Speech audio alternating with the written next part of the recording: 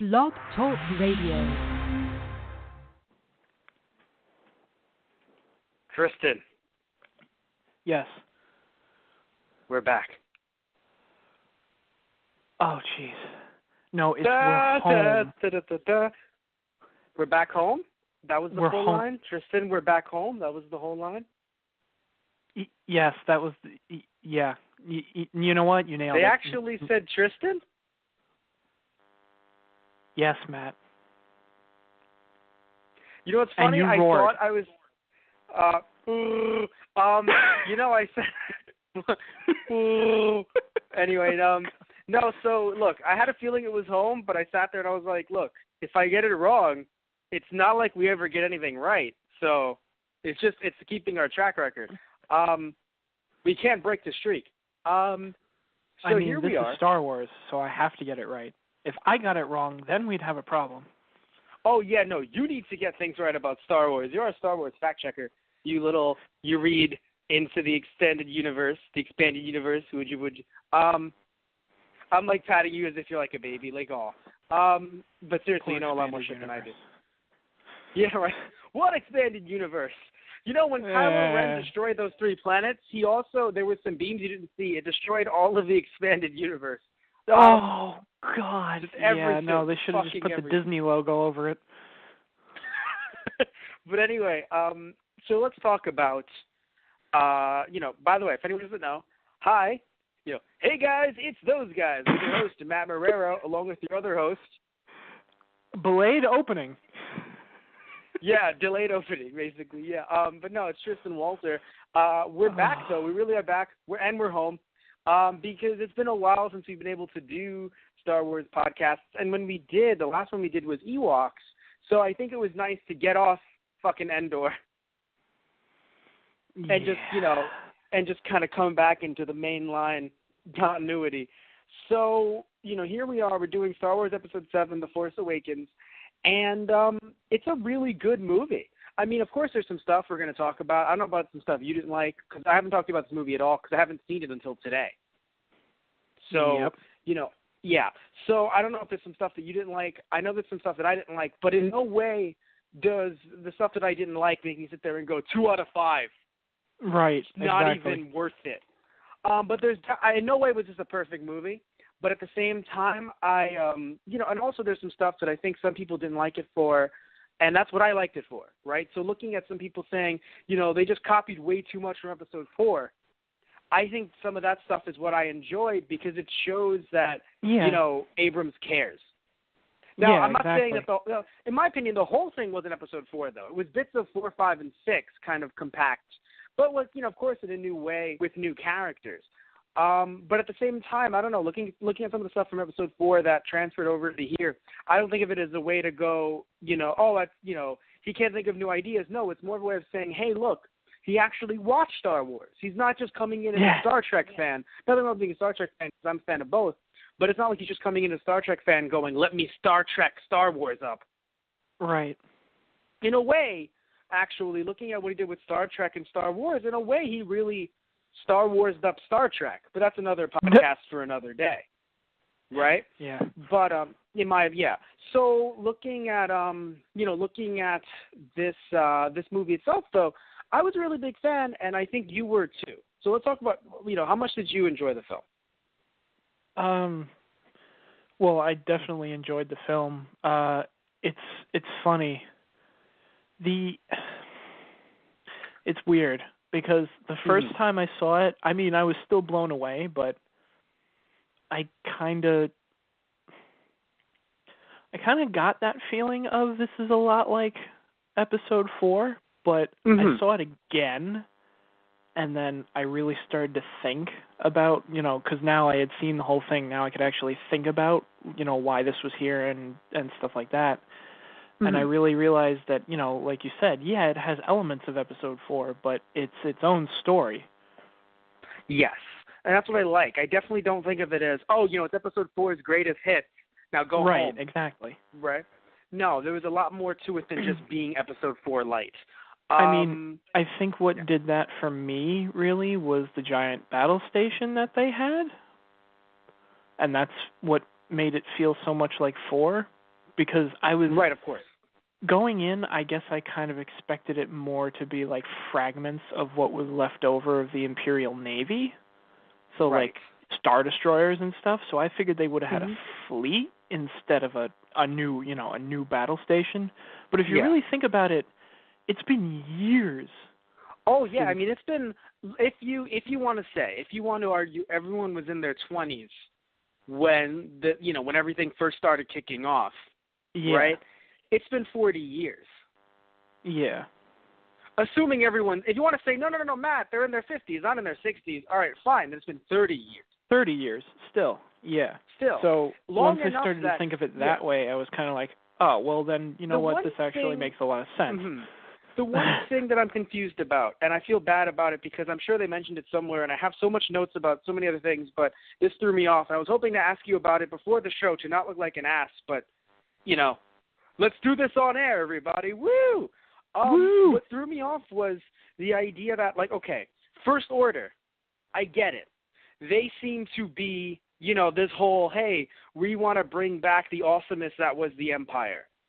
But we had a republic like the good old days as well, and that's what they were trying to overthrow because we also had, they didn't call them rebels, but they did call them the resistance. Yes. So that threw me off. We have 3 groups now, or at least we had the Republic, we got destroyed. But we had the Republic, the First Order, and the Resistance? Because who was the Resistance fighting against? Yes. The Resistance was fighting against the uprising of the First Order? Yes. Okay. Because it threw me off only because it's, I think it's more of the Senate can't back the Resistance. They can't publicly do it. Okay. Because I get the feeling the First Order has control of probably maybe, a system or two, maybe. Okay. So if the legitimate government came out and said,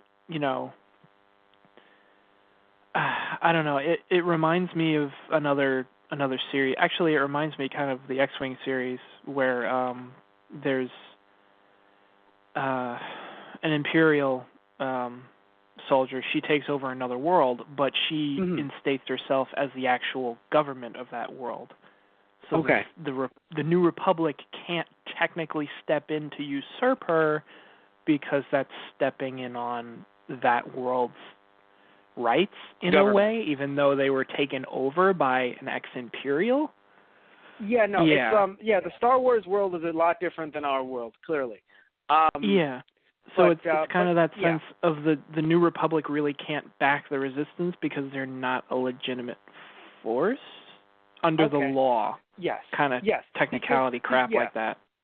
Yeah, because again, we're being thrown into this after the first, the First Order has been doing stuff for a bit. They didn't just show up out of nowhere.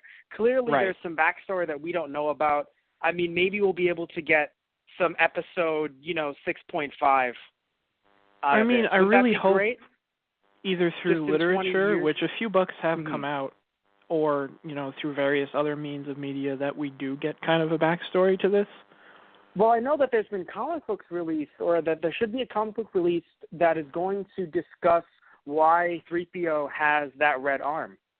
Yes, yeah, that's I know thing. that's either coming out or on its, it's either out or it's coming out.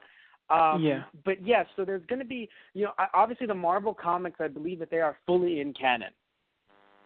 Right? Yes, they are. Then again, the new ones, So definitely look out for those as well. I'll be definitely reading those, at least to prep for Rogue One, because Rogue One's coming out this year. Like what? Yeah. Clearly they were filming that, and no one. I know Disney has their really huge iron fist to just stop any. If I'm pretty sure we didn't know that Adam Driver was going to be Kylo Ren until he took off the mask, right? Yeah. Because I don't remember hearing oh yeah, that's Kylo Ren under the mask until actually seeing some people leaking pictures and being like, this is Kylo Ren, and I was like, wait, what? That's him? Because I know him from Girls, and I was like, that's him, really? It's funny. This is funny for two reasons. Reason one, I pretty much gave myself a blackout for, everything that was coming out about the movie. Me too. Yeah. Like until I afterwards, was dodging and then I was spoilers like there was no tomorrow. Yeah. And honestly, I was surprised. People were actually pretty good about it, on the internet at least. Well, no, yeah, I was spoiled, but I was spoiled about Han Solo's death, knowing that Adam Driver, like, it wasn't like I was spoiled for Adam Driver necessarily. It's just like, what ended up happening was, like, weeks after, when it was okay to show, like, hey, this guy is Kylo Ren, then I started seeing the memes pop up. And I was like, oh, God, wait, that's him? He's from fucking Girls. Yeah. Right? It's funny. Which, if you watch him in Girls, it's funny. If you watch him in Girls, he is so different from Kylo Ren, yet so similar. Oh, God. Anyway, now, keep going. That's the second thing I was going to say is that I felt the same way when he first took off the mask. I was like, at first I'm like, oh, all right, pretty decently threatening villain. He's got this presence about him. He's kind of got that Vader-ish air about him. Obviously not as much as Vader, but hell, Vader's a tough act to follow. But then he took off the mask, and I'm like, no, now you look like a person. No. Yeah, the problem, you know what the problem was? He took it off too early. I think a lot of the plot was revealed too early. Okay. Now, I'm not saying that everything needs to be M. Night Shyamalan, fucking twists and turns, and it's just like, actually, you know what I mean? Like, I don't need, we don't need, 15 actuallys by the end of the movie, because I think many people would have walked out going, fuck everything. However, and I think there was definitely a point to that, because... No, there was. I just think that, Yeah. No, I understand what you mean. But No, because I was going to say, I'm sorry, I was going to say, I understand the idea of Han and Leia, right? Their talks meant a lot more because we knew that Kylo Ren was their son, and we knew how he looked, right? I just think that minus the talk, I do feel like you could have, left, first off, you could have at least left the mask on till it was, let me look at my son. At least let's that I think, because I don't think we needed to know how his face looked really up until that point. Now, I know that there was a connection there between him and Rey, and that's probably why they wanted him to take the mask off. But then he kept it off for a little bit too long, where he even goes to see the Frost Giant. I'm kidding. It was, what was his name? Was it Supreme Leader? Was that was the Supreme Leader, right? Yeah. Supreme Leader By the way, Snoke. So that's, okay, that is all him. Yeah, okay. Because I was like, Supreme Leader Smoke. Yeah, I want to know more about him. I can't wait to see the next movie to know more about who the fuck this guy is. Because you don't see him or his race of people at all in Star Wars up until this point. At least, I don't know anything about Extended Universe, or anything like that. So if you've heard about kind, cool. No, I'm as just in the dark as you are. I have no idea who the hell or where the hell Snoke came from. I do think that might be why they nuked, the universe beforehand. As much as I dislike that, because I do think they could have worked within those bounds. We talked about a couple podcasts ago in terms of Star Wars and our Star Wars Wednesday stuff, right? We talked about the idea that if they're going to do stuff like Rogue One, it makes sense that they're like, we have to go through a lot of shit and dodge a lot of shit. Let's just say it never happened, quote unquote, and we'll make our own shit up. Because to be fair, that would be a lot of shit they'd have to go through to make sure that this one guy saying this one word does not interfere with these chapters in this book. I guess. No, I'm not saying I like it. Believe me, I'm not saying I like it. Oh, okay. I see what you mean. Yeah. No, because if you make either Rogue One or even just making this guy, right, thinking about all of the extended universe after Episode 6, before Episode 6, I mean, all that stuff, because at least 1, 2, and 3, in a way, it was like, oh, no, but that's before 4, 5, and 6. Now, of course, I'm sure books came out before 4, 5, and 6 as well. But 1, 2, and 3 had the ability to go, we're a prequel. We're before everything. But Episode 7, and even Rogue One to an extent, being like, oh, yeah, we're kind of in the future, we're past some stuff. And Rogue One being, where's Rogue One taking place? Episode 4? It's like after before 4? episode. No, before it. Oh, okay. So yeah, Rogue Because One, but it's even it's the story of how the rebellion stole the Death Star plans and delivered them to Leia. Oh, okay, right. So then but even with Rogue One being made now, I think they're kind of just like, listen, like, a lot of complaints are going to be had. So they just wanted to just kind of in a way start over, I guess, like reboot that universe. But I mean, hey, at least anything. No, I'm not saying I like it, but at least things coming out now won't get rebooted. Yeah. Yeah. So I don't know if there's any novels coming out, in the near future, but any of those should be considered canon. So that's good at least. Yeah. But yeah. So let's talk about the one thing we always talk about, usually first, but this time not. But it's okay. The opening crawl. Yeah.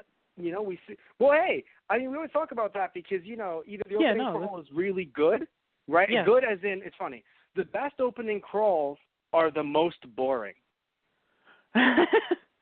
Because whatever happens after those opening crawls is in turn like exciting.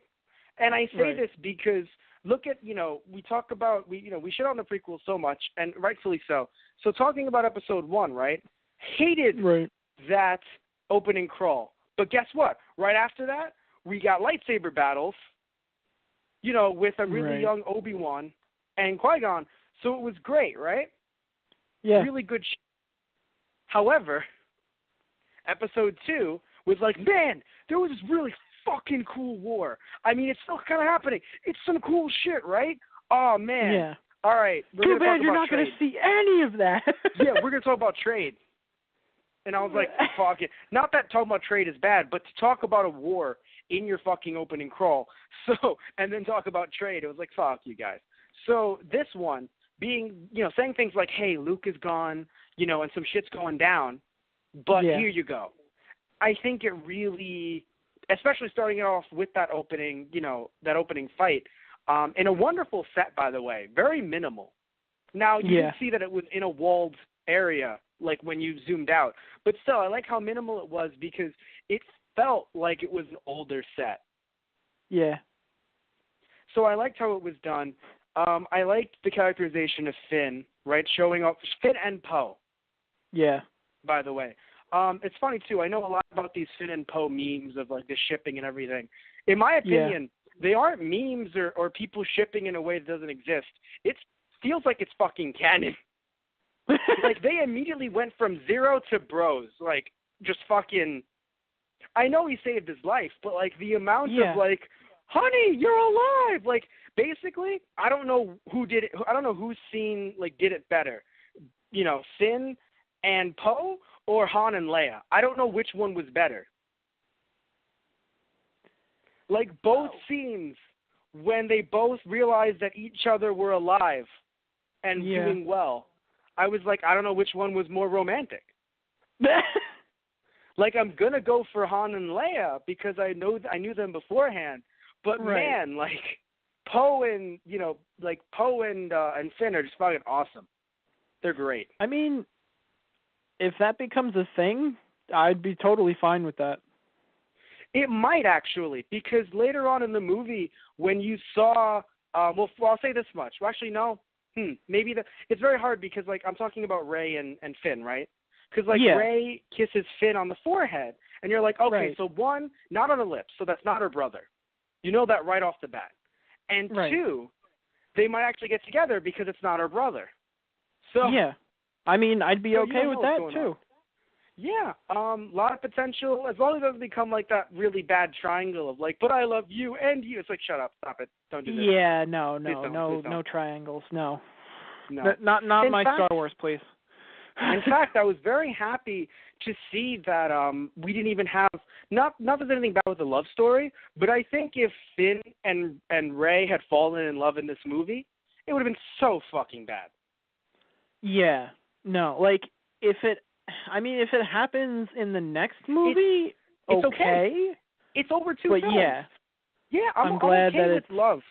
Yeah, developing. It's more of a, I think with Rey and her scene with Finn after she leaves, it's that it's the gratitude of, or I don't know, just just the fact that, a friend of hers actually came back for her with her whole, trauma of being left behind by her family on Jakku. Of course. So it's like and again, somebody actually came back for me, that kind of thing. Yeah.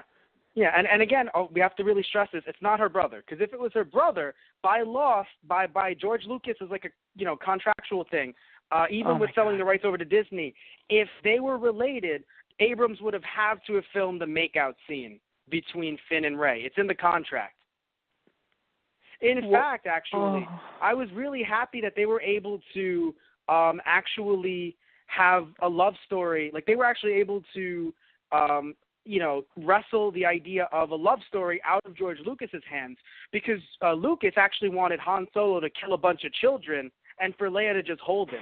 But thankfully they were able to work that out. Oh, God.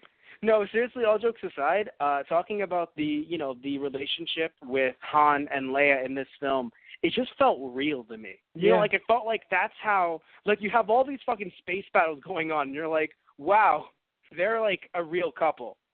Yeah, you have something that really kind of grounds you. And in, a galaxy far, far away, that's very much like ours. Yeah, and, that's why a lot different than Episode 2, where, and even 3 to an extent, where the love between Anakin and Padme wasn't really fucked up. No. And to be fair, if we ever talk to George Lucas and he goes, that was the point, great, okay, that's cool, right? But it was me, the point to be fucked up? Well, I mean, it's fucking Vader. But well, but that's what I'm saying, right? No, that's what I'm saying. Like, if that's what he was going for, maybe we've been misinterpreting it.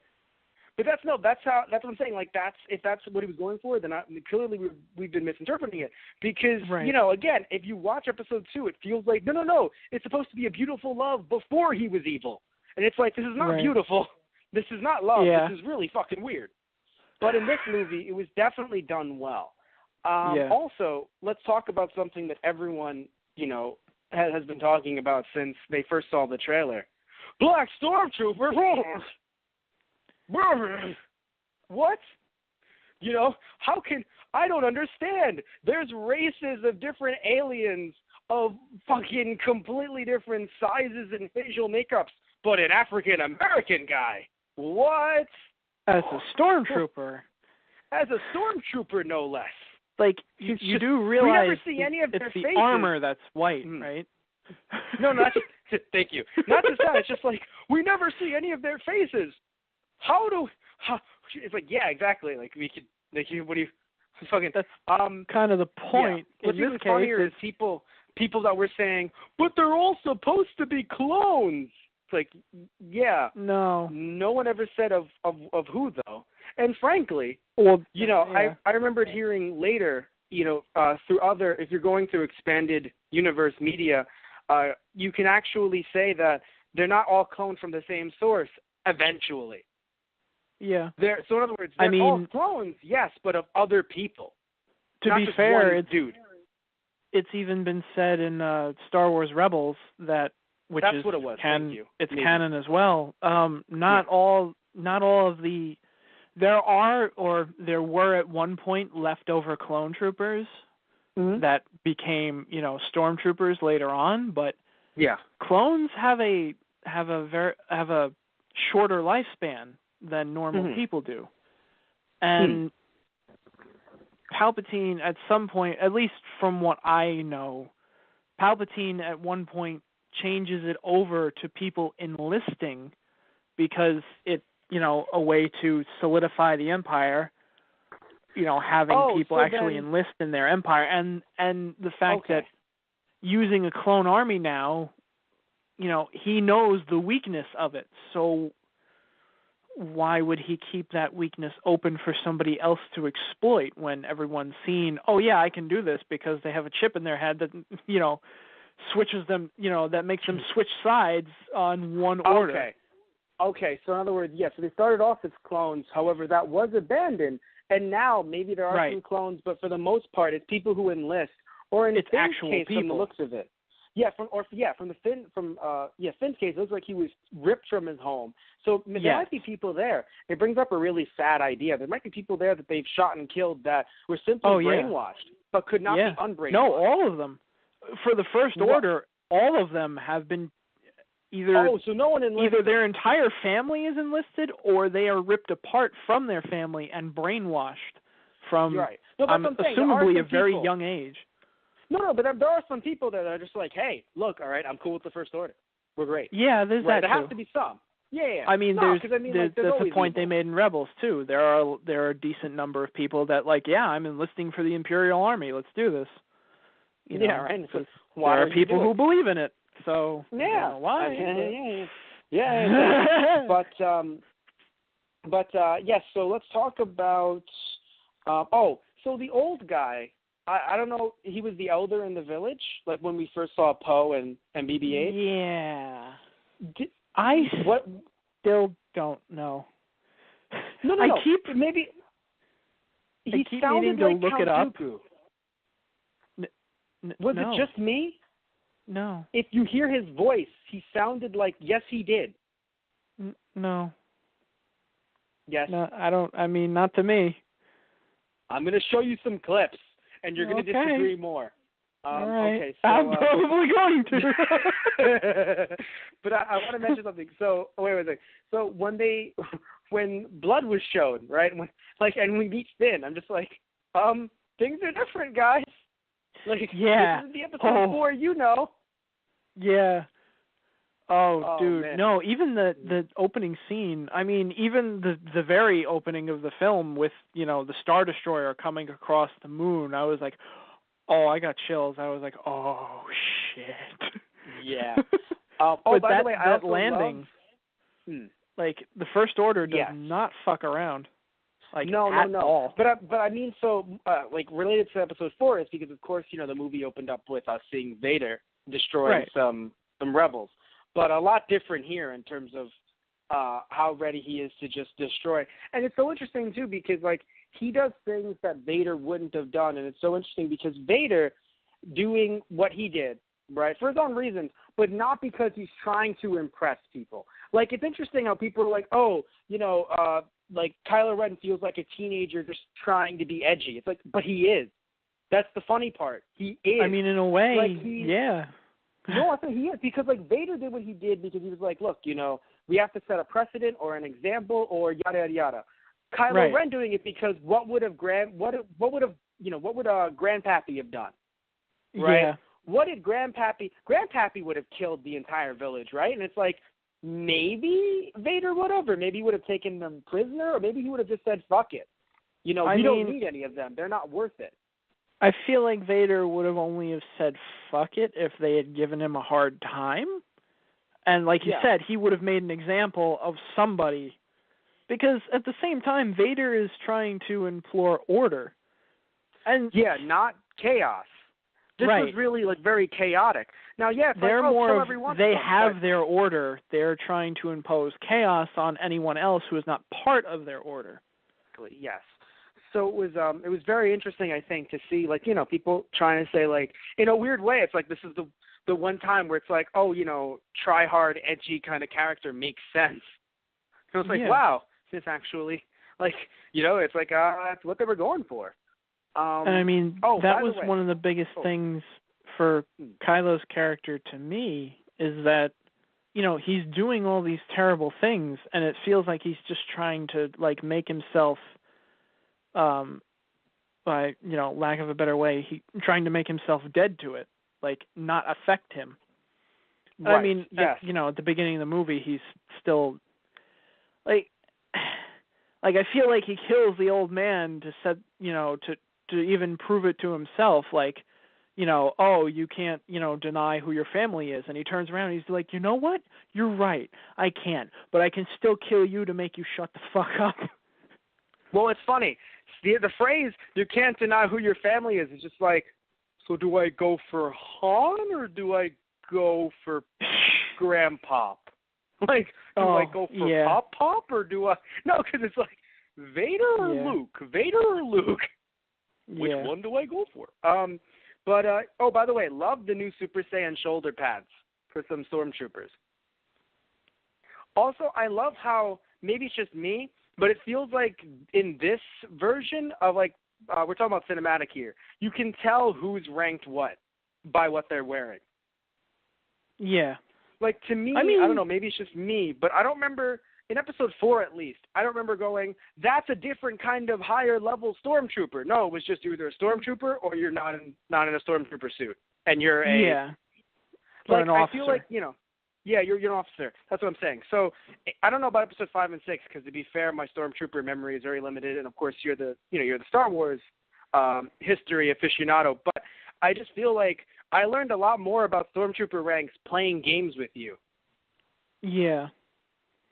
And yeah, now no, I see in the some first of them order, in the... Yeah. It definitely feels like they have like rank differentiation more so than they did in the originals. Like the only time you ever really saw that was kind of on Endor with the scout troopers versus regular stormtroopers versus like the officers or pilots.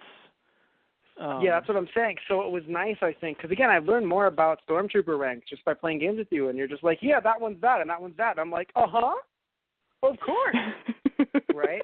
But now I see them here because their outfits are being mirrored because, First Order trying to be the Empire. Right. So anyway, another thing I want to mention, female stormtroopers. Hey! Yeah. And she was also ranked very highly because you can tell from her outfit she wasn't the average stormtrooper. Yeah. And it's a fun kind of diversity in a way. Because, everyone says, why are we... Because, again, we'll talk about the whole controversy a little bit later, but just the idea of just women are everywhere. Yeah, women are your good characters like Rey, and your strong characters like Rey, and they're also your bad guys. That's good. That's diversity. Pretty much just you're trying to push your agenda of these women that are just tough and powerful and good. It's and you also had your bad guy. Yes, tough and powerful, but bad. Right. And she... I feel like with the Empire... not seeing anyone's face aside, the Empire, diversity within their ranks, so different races would not have been seen, and also you wouldn't have seen women either within their ranks. I mean, there are a few women. I mean, I've read some, expanded universe stuff, and there were women in the ranks, but it's more of a rare occasion. Mm-hmm. Right. Because that's how the Empire was set up. It was, very sterilized kind of thing, Yeah. So with the First Order being a little more mixed, I mean, they're basically using whatever resources they can. So, they'll, if someone is competent and they can do their job or, they mold you into what they want you to be, they're going to use you no matter who you are. Yeah. Aside from alien species, I think they still keep true to that, where they are the humanoids, and they don't associate with other species. In their ranks, they'll talk to them. Yeah. Yeah. Oh, hey, Jabba, but not oh, Jabba, you should totally work with be in our group. Right. That would be wonderful. Nah. Yeah. So one thing I want to ask you about Kylo Ren's mask. Also, apparently, I love my notes because I'll check them and I'll fix some of them, but then other ones will be missed. So I would actually like to ask you about Kylo Ren's mask. So let's talk about Kylo, shall we? So with Kylo, what did you think about the mask itself? Wait, you mean Kylo's? I told you I messed up. I messed it up in my notes, and I fucking love it. So Kylo's mask. Okay. Yeah, sorry if I didn't make that clear enough. I messed up. Well, what about his mask? Okay. So I like the mask, right? It's pretty minimal, but it's small. Yeah.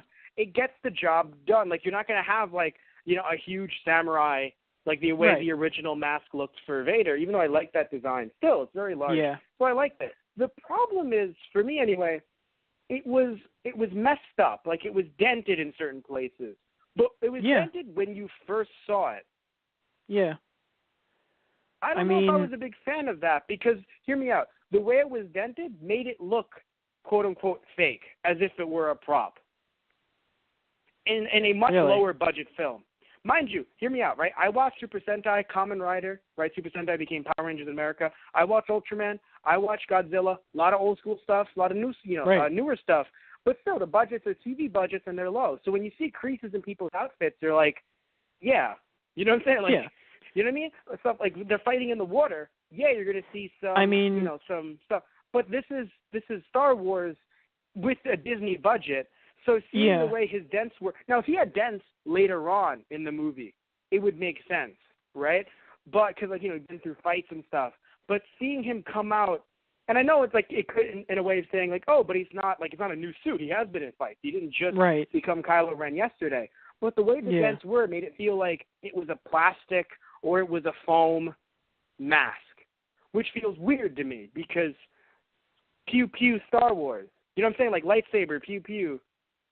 TIE fighters. Pew, pew. I guess. So Stormtrooper armor is usually mass-produced, but...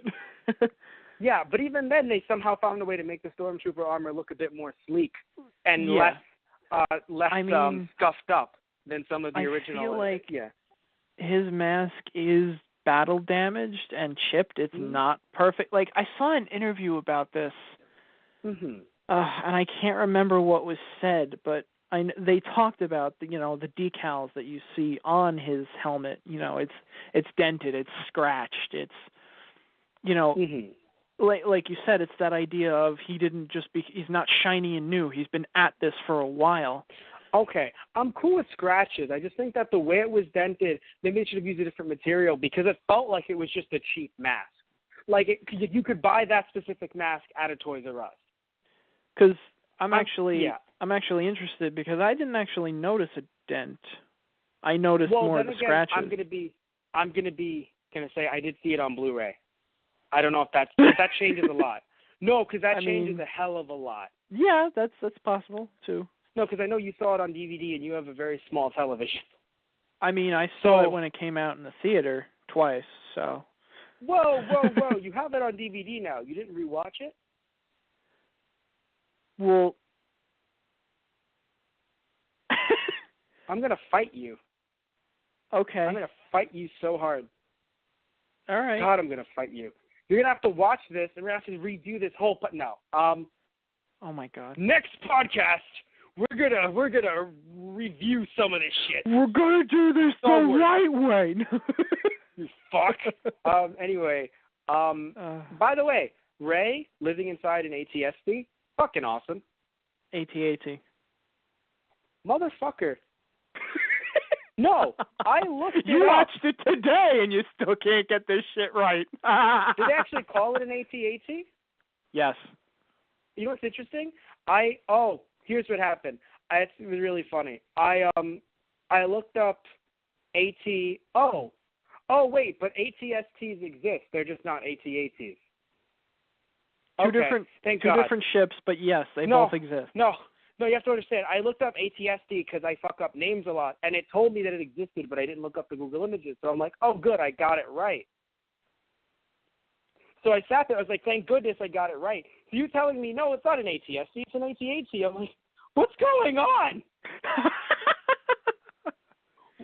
What is happening? Okay, thank God. Yeah. But yeah, so okay. So I did love that scene where she was sitting outside of it and, eating and just putting on the Rebel helmet and just looking around with it on. No, it was adorable. It was just she didn't realize at least I assume she doesn't because hell, she even thinks that it makes sense. She thinks that Luke Skywalker's a myth. She probably doesn't know a lot of shit. Many people don't because it's been so long. Yeah, that was actually a really cool little detail that they threw in that I really enjoyed. Even with Han when they first meet him, the smuggler? No, the war general. The war general? No, the smuggler. It's both. And it's both. Yeah. Yeah. It's really funny when you think about it. Made it in 14 parsecs? 12. Yeah, it's like damn you all. Yeah. It's great, how because in their world they don't have a lot of entertainment. They have those little tiny television things ish, those little tiny small little projectors that we've seen on there and is off entertainment, but it's more of in the core live world. Yeah, it's more of in it's more of a thing you would see on Coruscant versus Tatooine, or you have a cantina on Tatooine, exactly shit like that. You don't have a big screen television with, Broadway performances on it, Yeah, that no, kind of like thing. you just don't. Yeah, you have to go out or either make your own, or in Ray's case, she was just trying to live her life.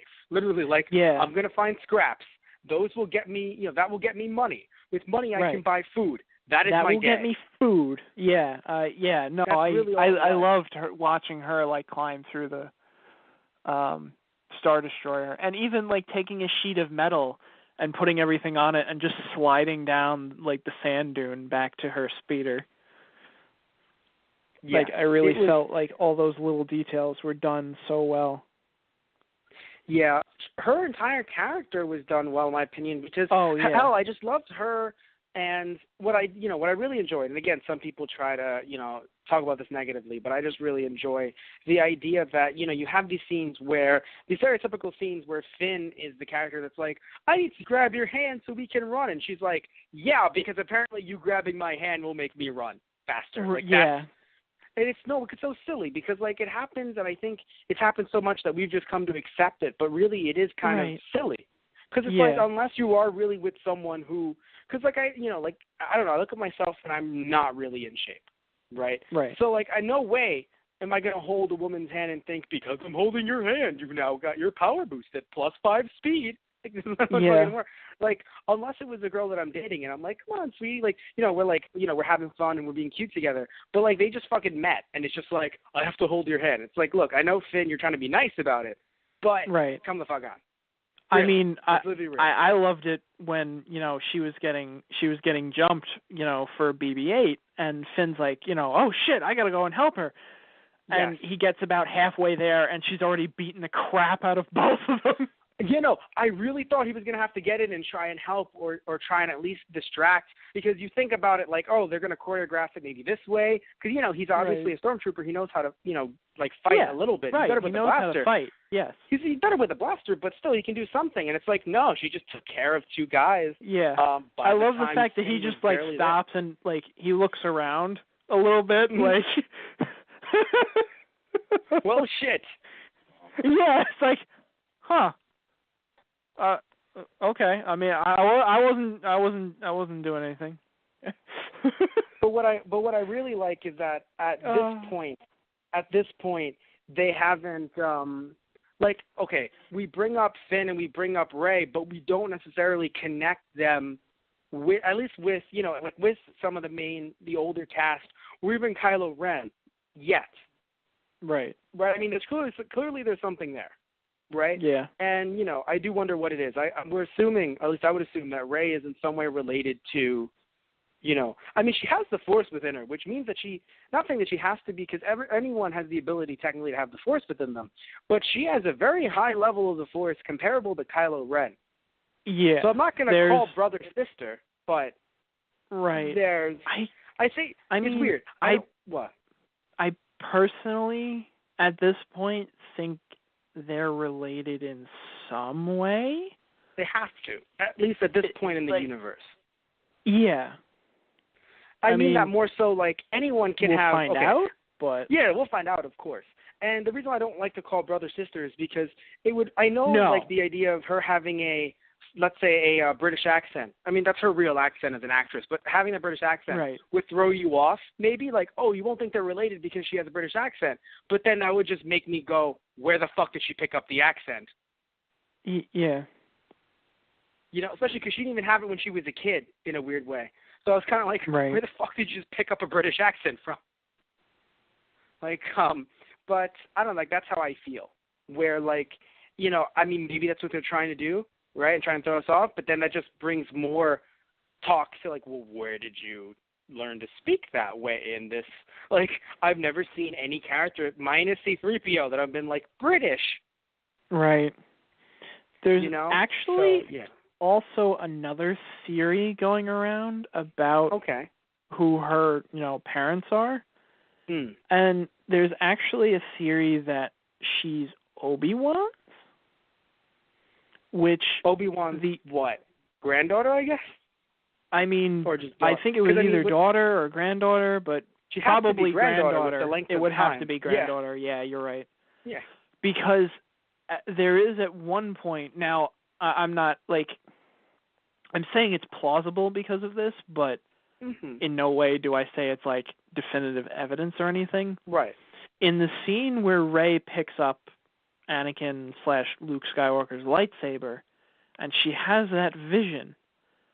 There's at one point when she's having that vision, like the vision of the future of the battle with Kylo in the forest, where I didn't know it was Obi-Wan when I saw it in theaters, but I saw it again on DVD later on with subtitles, and it comes up Obi-Wan saying, Rey, and that's when she fades out of the vision, and I was like, holy shit. Yeah. It really was him. Right. That is interesting. I'm like, what? Yeah. Like, I was like, oh, what? Damn you, like, the one-time captions were just like, so we're going to spoil this? Yeah. But, I was like... that is very interesting. So now I wonder if it's just because of her connection to the Force that she heard him, and that it was, like, half the vision was about Luke, too?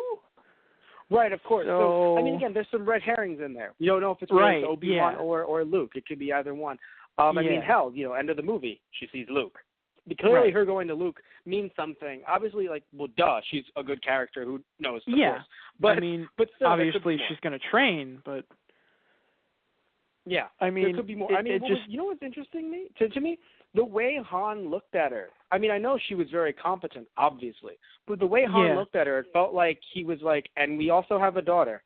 But, like, he never said anything, and Leia never said anything, so I think it would be a little shitty, in my opinion, if in the next movie, at least our daughter's still alive somewhere, and it's like, fuck you guys. Why? Right. Well, like, I know there was a press release, about, that was one thing that was confirmed by, I believe it was Abrams himself, saying that Rey's parents did not make an appearance in Episode 7. So Luke, Han, and Leia are out. Anyone could have left them. Wait. Sorry. Yes. I thought you meant more like they weren't there, like it could have been anyone that left them. And I was like, what? But yeah, okay, that makes more sense. Right, they weren't. Oh, God, it's Uncle Owen. What? Oh, God! Everyone forgets about Uncle Owen. Imagine like Uncle Owen in his earlier days. Like, he was such an asshole. Like when we left him, in Episode 4. But like, wouldn't it be great, just like earlier in the series, like, we need you to take care of Luke. Uncle Owen's got this shit. Like, he was so fucking cool. Oh, God. And then like by the end of it, he was just like, well, yeah, you can't you got to work with me farming. Like, like back when he was really old. Yeah. I mean, I kind of understand why he was a dick, because he's like, I don't want him to turn into his father, but at the same time, he was still kind of a dick. He was, yeah. But, by the way, so when we had Han and Chewie at the door, the Millennium Falcon, like, I knew it was them, but I was, like, I don't know, like, I was worried for a second. I was like, so are they going to hit them with some gas, realize, this is not the Empire, and then, this is not the, the World Order, the First Order. No, because I sat there, and I'm like, okay, they're taking a while for them to turn on the gas. Clearly, this is not just going to be bad guys coming in. And it wasn't. Right. So I sat there, and I was like, wait, is the gas going to hit? It's going to be like, no, it's us. Yeah. And it's like, it's you. Like, I was wondering if they're going to do that. And it was just like, no, they were just found out. So if they were the bad guys, they were really incompetent because gas didn't hit at all. Like, oh, okay. But I will admit, I do like how Finn and Rey, more so Rey, knew the ship. Like, she could work with the ship, but not that well. In other words, look, she could remind Han of a thing or two, which is, by the way, very much like Doctor Who. If you think about like River Song and the Doctor piloting the TARDIS. Yeah. So like a little bit of like, I can even teach you a thing or two. But mostly it was just Han sitting there going, hey, I know what I'm doing. And he did. He clearly knew a lot more about the ship than she did. Right. I mean, she's worked and probably scrapped enough ships that, like, she knows the mechanics behind it, but being an actual pilot, of course, Han's going to be the better pilot. He's been doing it all his life, basically. Right. So, like, the mechanics, he might maybe have a more loose knowledge about because he's more of a pilot than an actual mechanic, and has like become a mechanic over time, realizing this part doesn't work here because I've tried that. Yes. More than actually knowing how shit, is put together in the first place. Mhm. So I want to mention, speaking of Doctor Who, didn't the Millennium Falcon using hyperdrive look like the TARDIS going through time and space? I mean, like during the like when they used the opening sequence from Doctor Who. Yeah. It's like it was funny. I don't know, it was just really I would fun try to me. and I would almost try and argue the opposite, but Well, wait, no, because when they used it in the earlier Star Wars, it was just the white kind of coming at you. But now it's more of like the blue. Mean. Yeah, no, it was like the blue area, like when they were flying, and I was like, and they showed an outward shot. I was like, guys, that's Doctor Star Who. Trek did that too. Fair point. Fair point. Thought. Yeah. No, fair point. But by the way, so but it looked beautiful, by the way. Of course. Just to have that on the record, I was of course it did. blown away by that. I was like, hyperspace looks so beautiful. Most definitely. So the scene where those creatures that Han captured ended up killing the rival gangs. I want to mention the Asian gang. They looked like they were like the gang in Droids. Like, at least maybe their descendants were in Droids. I know it's funny. It's like, no, remember, they were in Droids. And I know it's kind of funny. It's like, wait, what? Yeah, Star Wars Droids, the animated TV show from the 80s. I mean, hell, there was a character not called Kylo, but called Ren. Yeah. In the which is so weird because like I assume that's not going to be canon at all. But my God, if it is, he was Kybo Ren. Kybo Ren, thank you. That's what it was. But it was still fucking crazy. And that was the shortened version of his name too. Oh yeah, it was much longer. But it's still weird that like Kylo Ren, it's just like, Abrams, have you been watching animated stuff? Have you been watching Droids? Because you shouldn't have been. Don't watch Droids. But Abrams, have you been watching? So yeah, by the way, I love that in the, I'll call it the Cantina 2.0, that we had both Rebel or at least, Resistance and First Order spies there. Yeah. How hilarious was that to me? Like, the first spy, I was like, oh no, and it's like, tell the Rebels. And I was like, wait, what? Oh, like, tell the Resistance. I was like, oh, that's funny. And then the other one. It was funny, too, because it felt like, at least to me, you could tell who was who immediately by how they were dressed. It's funny. I knew that she was evil once I saw her, but before I saw her, I thought that it was just kind of like small little, like, it's like but yeah, you're right. They wouldn't be working with the, we talked about earlier, the First Order, very much humanoid. So yes, you are correct. It would make more sense. Just the colors that she was wearing and the patterns that they were in. Yeah, I agree. Yeah. It's just my first thought was, I mean, again, we've had people like Jabba reporting in. Right, so, yeah. Yeah, or Jabba's people. Oh, yeah, like they'll make a quick buck on whoever will pay them. Like, basically. They'll sell each side out to the other at the same time for double the payout. So. Basically, yes. So I have a question for you.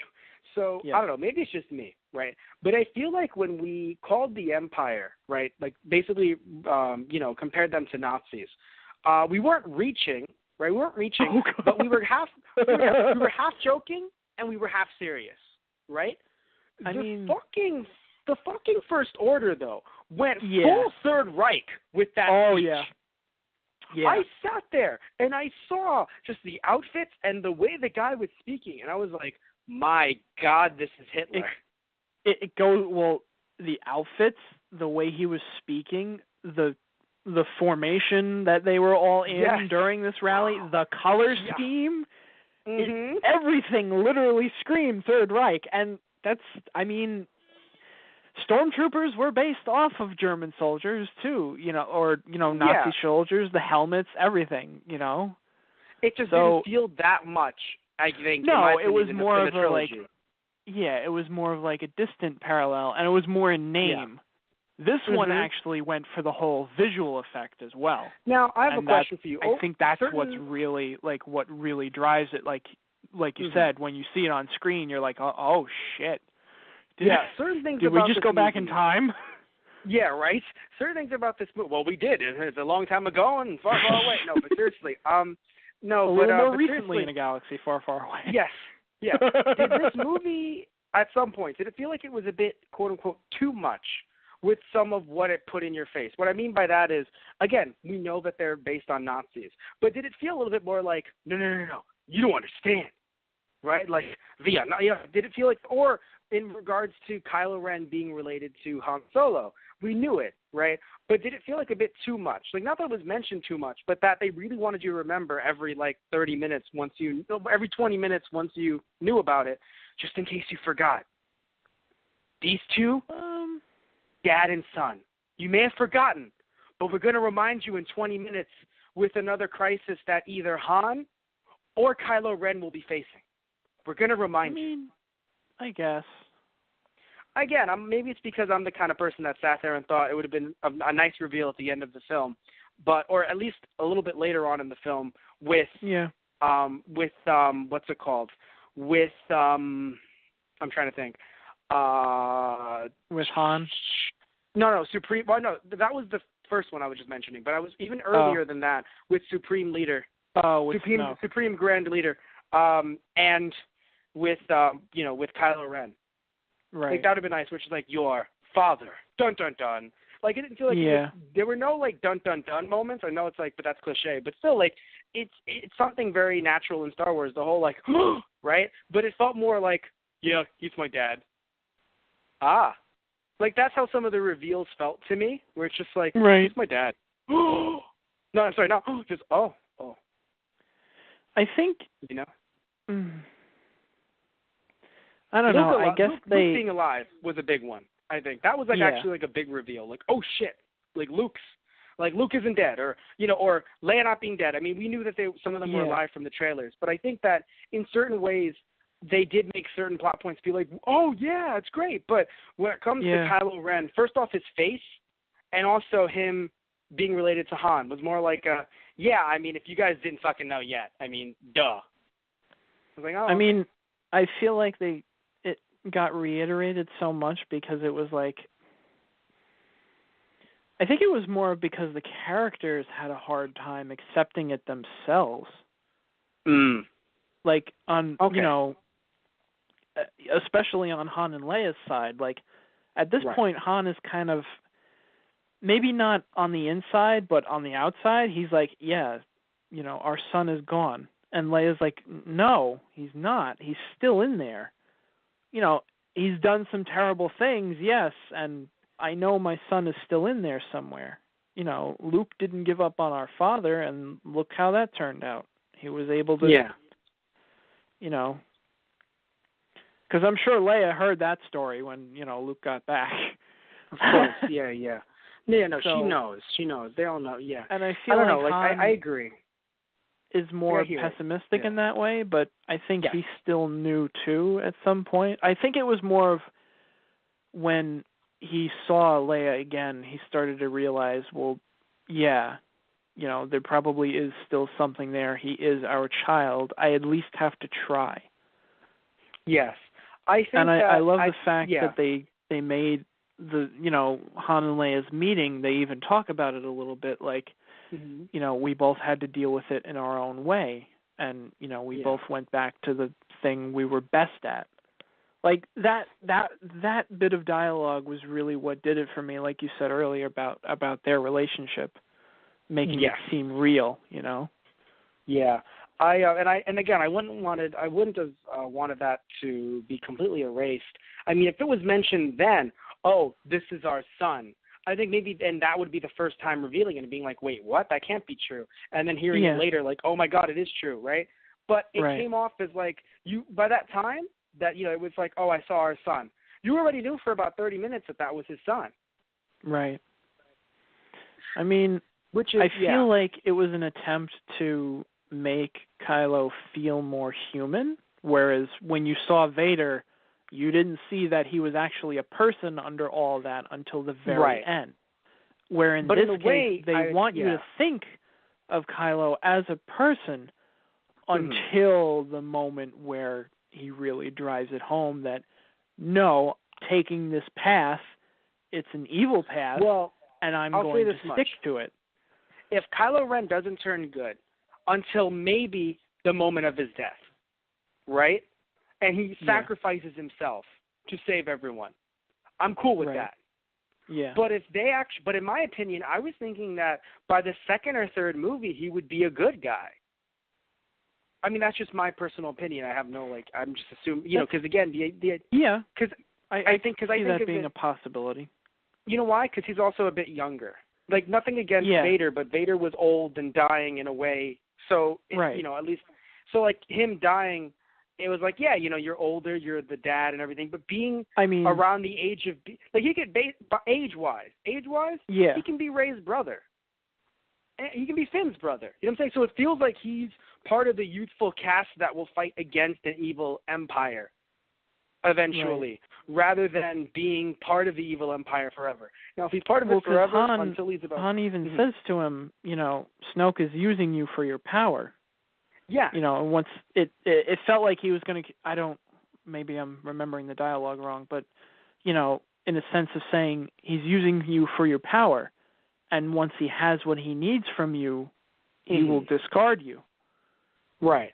I mean, if that does happen, not that him killing him would be perfect, but that would be a great way to, I guess, turn him to the good side, where it's we discarded you.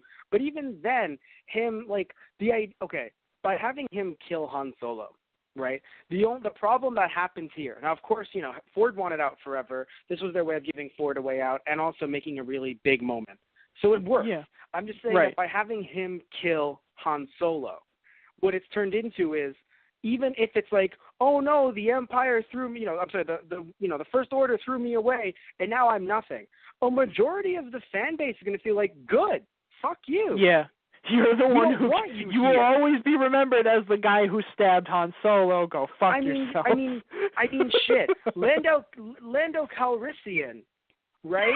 Let's just bring up fucking Lando Calrissian, right? Kylo Calrissian. Yeah, no.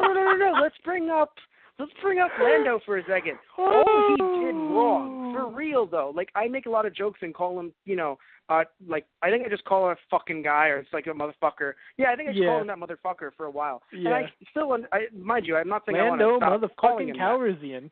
No. Remove Lando and Calrissian. So that motherfucker. But let's be honest here though, right? Well, we call him that a lot. To be fair, what was he going to do? I'm going against the Empire. We're killing all of you. We're blowing up Cloud City. Fuck. Oh, great job. You just killed everyone there, including all, Han and everyone else. Great job. So, but again, as a kid, everyone's traitor, right? So even to this day, it's traitor. Right. Fucking, He even helped blow up the second Death Star. And you still don't exactly like him. Yeah. You can't. So it's he killed Han Solo. Yeah. Again, just literally, let's look at this. Lando Calrissian betrayed Han Solo, made it up later, made up for it later. Still called traitor. Kylo Ren. What would be even better? Kylo Ren's gonna what? In the next movie, or in the the last of this trilogy, he ends up killing Luke too, because then that's just going to be. That's what I'm saying. No one will ever forgive you for anything. No, unless Kylo Ren. I bet you money that even if Kylo Ren brought Han Solo back from the dead, along with Obi-Wan and Qui-Gon, right? All three of them. Leading a fight with Samuel L. Jackson and fucking everyone from all the fucking Jedi from Episode 2. And everyone will be still fucking killed Han Solo, you asshole. Yeah, no one will fucking let that go. No one will let that go. Literally, Han Solo will look at Kylo Ren and say, I'm letting that go. And everyone will go, well, Han's clearly a better guy than me because Kylo Ren's still an asshole. No one will fucking let it go. And that's the problem because, again, if he stays the villain until his death and he only, again, turns on them. Or, right, here's another one. We've heard a fan theory about the idea that Han Solo wanted, like, he did this for his son. Right. Because, and he does it in a way because if he does it instead of his son, then technically his son doesn't turn to the dark side. Right. But he has to, but Snoke has to feel like he did it, right? Right. And so right. so now because there's a fan theory going around about that, especially, and I think it's definitely enhanced, or at least rather it's not real until it happens or not, but it feels somewhat believable because of how they shot the scene with the lightsaber and everything. So like I've seen that scene at least 3 times now, and I still debate kind of who actually really pulled did the trick. I mean, I kind of lean more towards Kylo being the one who actually did it, but at the same time, I can't erase all. It's not without a doubt in my mind or anything like that. Yeah, I still which kind is of look at interesting. it like he could have, Yeah. I mean, why would they film it that way if they wanted it to be without a doubt? So that's very interesting, I think, as a concept, because if that's the concept, well, people might still be like, Kyle's an asshole. Like, it's like, no, but Han did it. But then with Han, so it would, like, look, it would bring up another mixed, a can of worms that some people don't agree with. But still, it at least makes Kylo a bit easier to be a good guy compared to just him being like, it's like, I killed Han Solo and I killed Luke Skywalker. So, I mean, I made 2 job openings. Will you accept me? Yeah. No, we won't. I do really love in that scene just before Han falls, he does put, his hand on his son's face before he falls, like that. Oh, yeah. No, that really, so it's like, done. I cried. Really drove it home. Oh, no, I cry every fucking time I see that. Like, I gotta be, like my be real, body. right? No, Matt, you don't understand. My body literally shakes every time I see that scene. No, like that's how powerful it is. Like look, all right. I cried when Han Solo died. I fucking said it, and I cheered when Chewie shot Kylo Ren. Didn't really need to be said though. I think that's just everyone's natural reaction. I did too. Every time I say, fuck yeah, Chewie. Adam Driver's parents just said, fuck yeah, Chewie. Like, he didn't even fucking hold back. They were like, shoot our son. Anyway, so, speaking of shooting, Rey picks up a blaster, already better than most stormtroopers. I mean, she did get the drop on those 2 that she fired at when running away not just in that. Scene. Not even getting the drop. Just she shoots, she misses once. She shoots again, and she hits. Already better than most stormtroopers. I mean, I would argue that the First Order is actually a lot more deadly with their accuracy. Oh, yeah, it's true. But you know who's even more deadly? Han Solo. He didn't even know how good he was. He literally just shot a stormtrooper and was like, wait, did I do that? The look on Harrison Ford's face. No, when he shot that one from the side, it was just like, oh wait, did I do that? My hand basically. No, he just turned. He didn't even turn his head, and it was a dead. Yeah, that was beautiful. No, it really was. Oh man. I did want to say. Finn. Oh, please go on. When Rey shot the stormtrooper, I love the fact that she pulls back for a second and she actually looks at it and realizes, fuck, I just actually killed someone for the first time. Like, she realized, like, it's in self-defense and they would have just blown her away, but it's like, just the fact that she paused and looked and said, I just committed murder. I need to run now, but let me just internalize that for a second. Well, also interesting is how Finn didn't even know how to use a lightsaber. Like, he just fucking stabs the stormtrooper with it. It's like, it's not a dagger, Finn. Like, Finn. And it's funny, like, being trained, I mean, he must have gone, obviously he went through training being part of the First Order. He knows, at least hand-to-hand, and maybe some form of melee weapon, but a lightsaber, like, it's funny. Like, I say this in the sense that a lightsaber is not like a regular sword. No. You kind of don't just pick up a lightsaber and wield it proficiently. Yes, very true. But it's so funny how he felt like it was more like a dagger, like I will stab the king from behind. It's like no. You need to slice. You need to fly. You can't just do that. So it's funny too because we see Traitor Guy, which that's his meme. Like, Traitor. I don't know if he was like obviously he was trained to deal with people with lightsabers because of his weapon. But what's funny to me is like is he really good at his job? Well, that's my point. Was he really good at his job because he took down Finn, or is just Finn that bad that he was able to take down Finn? I mean, Finn's pretty badass with a blaster in his hand, so. But not a lightsaber. That's my point. I feel like that's what I'm saying. Finn's. Yeah, like I feel like the other guy was well trained, but at the same time, Finn's Finn's probably not the best with melee weapons. Right. That was definitely a cool stormtrooper, though. But I love the fact that Chewie just blows a hole through him with the bowcaster. Yeah. Oh, jeez. Like, he went flying. Yeah. And those few other guys, when Han picks it up, I like this thing.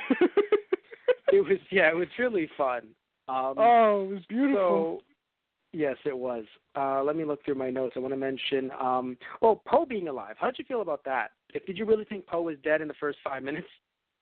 I really didn't know.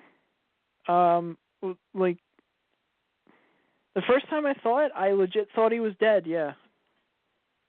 Yeah, I didn't know. Well, I mean, I had a feeling because, again, I knew about I knew about him having that scene with later on, where like after, as a pilot, right, where like they had that look, and it was just like, man, they're really cool, like, right, but I didn't like if I didn't know about that, it was really funny to me because other than I think that might have actually been in a trailer, sadly, but if you didn't know too much promo stuff, like minus like Finn and Rey and BB-8, you might have been, and of course Han and Chewie, you might have been like, oh, so I guess he's dead. Yeah. Because he didn't feel like a character that you'd know for a very long time. Until it's like, wait, never mind. I felt like he would have been a martyr in a way for like, coming back to the Resistance and being like, yeah, we lost one of our best pilots. He was doing a covert op and, they managed to get away, but they crash landed. Like, he was one of our best. Let's, remember him for what he's done for us. And that would have, like, rallied their forces, for this next upcoming battle kind of thing. But I am really glad that he didn't die because that scene where the Resistance comes in, for the to help out everyone at the cantina was fucking beautiful. Yes. Just the X-Wings coming in across the water. Oh. Yeah, no, I loved a lot of scenes in the movie. That's something you didn't really get to see. Like, with Episode 4, you got to see a few of the X-Wing pilots in Rogue Squadron, or actually Red Squadron at that point. And, in Episode 6 as well, they got a little more screen time, but I felt like to see more of the pilots and their interactions with each other, and plus the fact that I've been reading the X-Wing book series, like, I really have a new respect for the pilots because they're really fucking cool. They really are. One thing, speaking of the Resistance, by the way, I want to mention it was so interesting that it took so long to show them, and I think that's a good thing because it really helped develop the new characters. Now, not so much Poe, but again, these other new characters that we really need to develop. And of course, again, there's 2 more movies to develop Poe in. So I think it was really nice to, have this movie play out the way that it did. Like, and that way, where it's like, let's not show, it's not just going to focus on the Resistance. It's actually focusing on these 3 random new characters that are clearly going to side with the Resistance, but at this point, they're just kind of outlaws. They're in the mix at this point. Yeah. And I think it's because this is a newer film that you really got to see the X-Wings pull off some real, like, Poe, of course, flying through the air, shooting down TIE fighters, like, just the fact that they could do the animation and, for the fighter flying through the air so much crisper now. I mean, even the Millennium Falcon. Oh, right? yeah, What the Millennium Falcon did earlier in the film clearly was based on, like, hey, we're in 2016, everybody. So one thing I want to mention, talking about some things that we didn't get to see as much of, but thankfully at the end we did, R2. At first I was like, God, I was like, no, R2. I was so sad to see R2. Like, the like way he 3PO was yeah. like, oh, he deactivated ever since Luke left. And I was like, oh. Yeah, no. One thing, it really shows you how a droid will just be dedicated to their master, a bit like a dog. Yeah. I mean, I don't want to do that because these droids do speak and they have feel, like they clearly have feelings. Because R2 is a sassy motherfucker, and BB-8 is childlike, and it's he might have a little bit of sass, but he's pretty childlike, or it's pretty childlike in its sass. But R2D2 is the most sassiest motherfucker.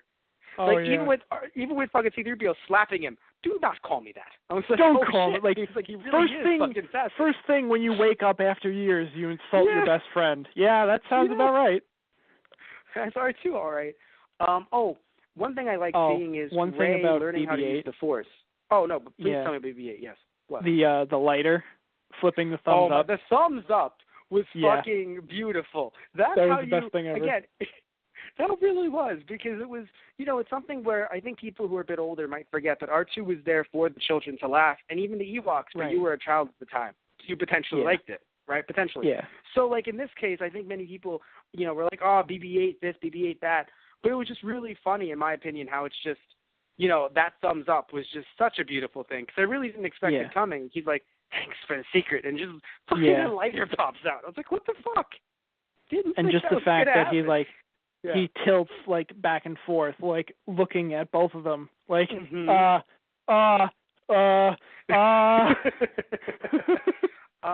fact that him and Poe really had, you could see him and Poe really had a relationship, too. I thought that was really nice. Like, Poe really looked at BB-8 and said, you are my friend.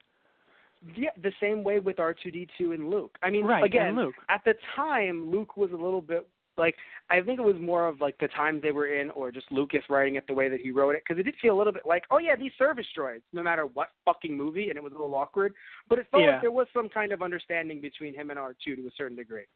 Oh, yeah. In the same way that, Anakin had R2, or at least other things, but, Right, yeah. Yeah. So I want to mention, do you know who Daniel Craig is? Oh God, I feel like I should know that name. He's the newest James Bond. He's been James Bond over the last 3 movies. Oh, okay. Oh, wait. Did you know that he... Isn't that the same guy who played Snoke? No, wait. That's... No. Okay, different my character. point is this. Did you know that he did make a cameo in The Force Awakens, though? So here's what happens, right? People ask him. Apparently, there were a bunch of different actors who made cameos in the movie as stormtroopers. He's a stormtrooper, right? Yes, but here's what's really funny. He was asked in interviews, like, "Oh, there's talk of you being like in the new movie, maybe even a stormtrooper," and he actually got mad at them. He was like, "Be a fucking extra in another movie? No," and actually tried to throw them off the set. Oh my God! And it's hilarious. I didn't know what stormtrooper he was, but then I heard the stormtrooper speak, and I was like, "That's Daniel Craig." And I looked it up, and it was the stormtrooper that was tricked by Rey with the Force. You're shitting! Oh, that's great. That's was beautiful. Daniel Craig as James Bond, and no one picked up on it. That's awesome. Until he revealed it. Right. That's beautiful. It really is, because I think it's amazing having these A-list actors being able to just slip in as stormtroopers and no one will ever know if they put on a voice or something. Yeah. I think Mark Hamill did that at a signing or some kind of event as well. Mm-hmm. He was in stormtrooper armor. That's funny. I mean, Daniel Radcliffe has gone around cons as Spider-Man. He went around one con in a Spider-Man outfit, and no one realized it the entire day. Hell, guess what happened, Tristan? You've been to Times Square, right? Yeah, right. Henry Cavill. Oh. Did you hear about this? Were people taking pictures with them, and they didn't even realize? No, false. The exact opposite. Henry Cavill walked around with the glasses, the fake glasses, a Clark Kent outfit, only with a Superman shirt. That was the only difference from a standard Clark Kent outfit, and nobody stopped him. Oh, right. I think I remember hearing about that. He posted on social media. He posted a couple selfies with him. Hell, one selfie with him standing literally like in the same shot with Batman v Superman stuff on a banner, and him going, "Glasses really do help." Oh my God. I was like, That's fuck great. this shit. That's it is, great. no, because it's great. So, but anyway, yeah, so it was really nice, I think, seeing Daniel Craig here. Also, I mean, hell, talking about familiar faces, we got to see some familiar faces at the Resistance meeting. Yes. You know, I mean, we had Akbar, right? Yeah, we had, like, dude, yeah. I was so, you don't know how happy it made me to see him still there. Like, yeah. even if he was more of a background character and you really only saw him in Return of the Jedi, and, this is unironically, it's not because of the whole it's a trap thing. I was just like, I really like Akbar, Yeah. Yeah, I know, it's really I just nice. thought he was a good commander. I don't know. I mean, you didn't really see a lot of him, but I've read more about him too, and it's like he's really a genius. He's a fucking tactical genius. Right. Now, there's one thing I want to mention. Someone that I don't know. What was his name? Because there was someone else there that we know. He was in the first three. Like, he was in episode 4. I think he was a pilot. He had makeup on his face. You saw him. I don't know the character's name though, but he made a cameo also with Akbar. Do you mean the Celestian pilot that was with Lando in the Falcon in Return of the Jedi? Yes. Thank you. Yeah, he made an appearance. Yes, he's there too. He's actually part of the Resistance. Like, he's one of the pilots, which I thought was really cool too. Like, you have old Alliance people here, too. I mean, obviously, but, like, Alliance pilots, Yeah, also, another person that I feel like you didn't pick up on, because it's not really a Star Wars cameo. Carrie Fisher's daughter was in the film. Really? Yes. Okay. Huh. Do you remember the blonde-haired girl that she was in the background behind Carrie Fisher at the Resistance base, and then later on she goes, "General, look at this." Oh, yeah, I think so. Yeah, that's actually Carrie Fisher's in real life daughter named, let me make sure that I have it right, Billie Lourd. And the reason why I know her, Tristan, is because she's Chanel number 3 in Scream Queens, a really fucking good show, right? And so I know her from Scream Queens, and then when I look her up, because I was like, oh, let me see what she's done, because she's real. I thought she was very young, because she's playing a college student in the show. And I look up that, she's 23, and she's Carrie Fisher's daughter. And I was like, oh. Right. And then I learned she was in The Force Awakens, but I had obviously forgotten about it. So I'm watching the movie, and I'm like, oh, wow, cameo. She got to speak later. And I was like, oh, this is fun. And then way later on, she was, like, part of the We Did It squad, like, really far behind everyone. Right. You know, like, so it was really cute. Like, it was like, oh, hey, she got her daughter to, be in the film. It was nice. So, but let me move on in my notes. There's one. So, Oh, all right. Well, what's your? Well, I was just gonna say the whole Finn smiling at the trash compactor line. It's like he either heard the story about Luke Han. Well, it's weird. I liked it as a reference, but like him actually smiling, I was so thrown off though. No, you have to understand. But Finn though, like he doesn't know about Luke Han and Leia, and but you know what his job was. That's what I assumed. Like, I was like, he must, or at least his job at that particular base. So I sat there and I was like, he must really have loved his job as a sanitation worker. I mean, really liked it. That's what he was at that base. He was a sanitation worker. So as soon as so he knows what a trash compactor is, and I think it was just the thought of throwing Phantasma into a trash compactor was what made him smile so much. Okay, that's true. No, because some people on the internet were trying to say, how does he get the reference? But I obviously, again, I hadn't seen the movie at the time, so I was like, oh, that was weird. You're right. He doesn't get the reference, but it's more it's not about the reference. He knows. Right. He gets to kill his boss. It's something we can all smile to. Okay, I mean, the one thing about her character, like Phantasma, I really, really hope she gets a bigger part in the next movie, because... Well, actually, she might be dead. Trash compactor. I don't think she's actually in the trash compactor, but you never know. I mean, I'm just saying. It felt to me like she was kind of the new Boba Fett in a way, because it was you're really cool looking. Now she's going to be Cuba Fett because she's... Oh, actually, She might be. Oh God, she had more lines than Boba Fett though. At least. Yeah, she does. They were like, but let's she give her some more lines. Really didn't get to do all that much, like action-wise. Don't worry.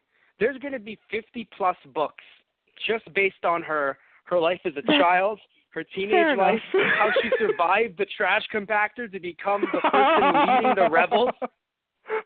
She survived No, fuck that. Trash compactor. Fuck that. She's not even going to be leading the rebels/resistance. She's going to start up an entirely new Senate. Oh, Jesus. There will be 50 books on her life that then, when Neo Disney, future Disney, Neo Disney buys the new rights to the movie, they will like then Neo retcon Tokyo? their own. Yes, they will retcon. There's going to be a Disney Akira too. It'll be great. Oh God. So there's going to be. We're going to have.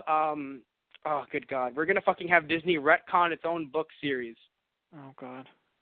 Yeah. Although I have to say the scene, probably the funniest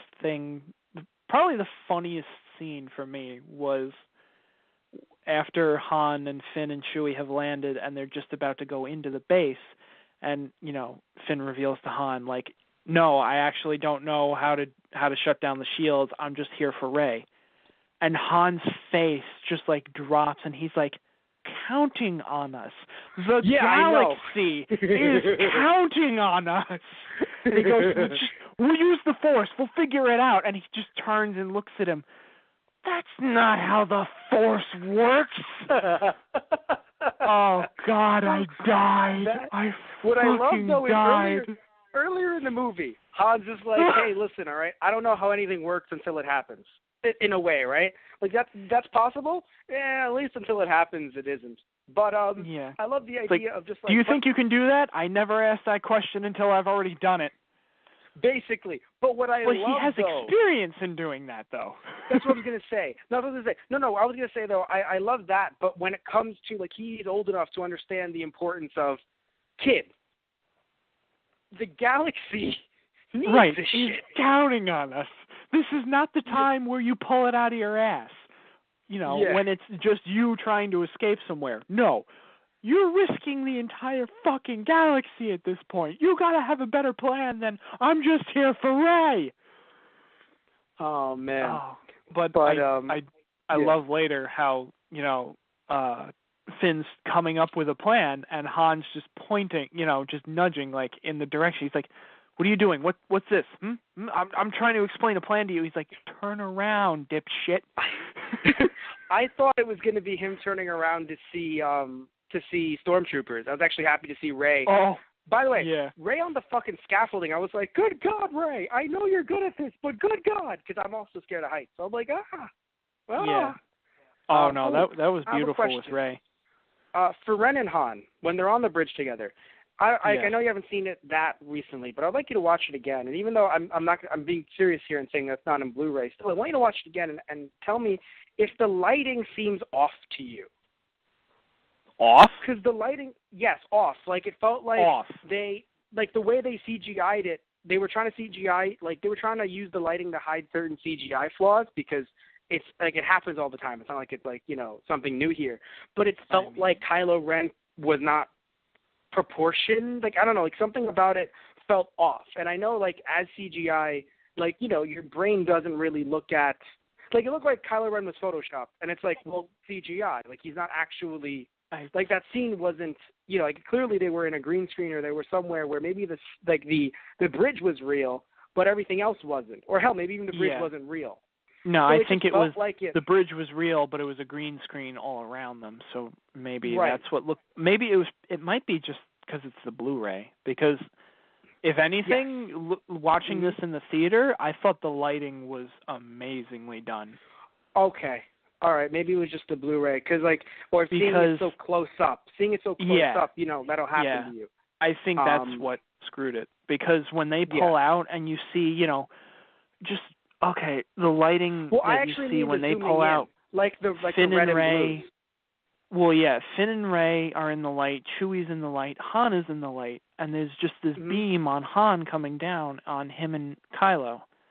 No, and okay. the rest so of it let is me darkened rephrase. around.